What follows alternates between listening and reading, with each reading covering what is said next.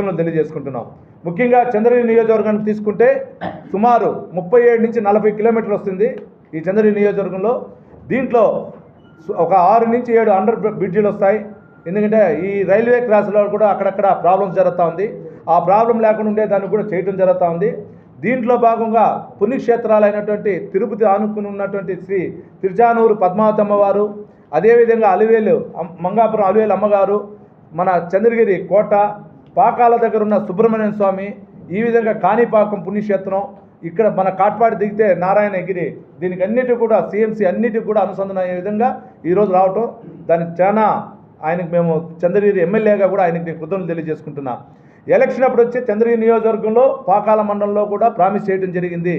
ఇక్కడ లోడింగ్ అన్లోడింగ్కి సంబంధించినటువంటి అన్నీ కూడా నేను చేస్తానన్నారు. ఎందుకంటే పాకాల గతంలో జంక్షన్ ఉంది. ఆ పాకాల జంక్షన్ సుమారు 500 నుంచి 600 ఎకరాల స్థలం, దానికి సంబంధించిందంతా ఉంటే కూడా అన్నీ చూసి నేను దీన్ని లోడింగ్ అన్లోడింగ్ పాయింట్ చేస్తానని చెప్పారు.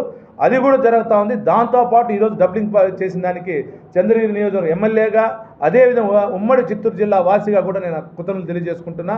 దీనికి ఒకటే మీకు అందరూ కూడా తెలియజేసుకుంటున్నా, తెలుగుదేశం ప్రభుత్వం అంటే నారా చంద్రబాబు నాయుడు గారి నాయకత్వంలో, పవన్ కళ్యాణ్ గారి నాయకత్వంలో, నారా లోకేష్ గారి నాయకత్వంలో ముగ్గురు టైంలో ఈరోజు డెవలప్మెంట్ ముందుకు వెళ్తూ ఉంది. దానిలో భాగంగా ఇంకొకటి ఐదేపల్లి ఒక అండర్ పాస్ లైన్ దానిలో కూడా చాలా అక్కడ యాక్సిడెంట్ జరుగుతూ ఉంది. దానికి కూడా సీఎం గారు లెటర్ ఇచ్చారు. ఆ లెటర్ని మన ప్రసాద్ అన్న గారు 2 లెటర్లు కలిసి కూడా గడ్కారీ గారికి ఇచ్చి అది నెక్స్ట్ పోయినప్పుడు కూడా శాంక్షన్ చేయడం జరుగుతూ ఉంది. ఇది కాకుండా మన దామల్ చెరువు నుంచి నేండ్రగుంట బైపాస్ రోడ్డు, అది కూడా సీఎం నుంచి వెళ్తూ ఉంది. అది వెళ్తే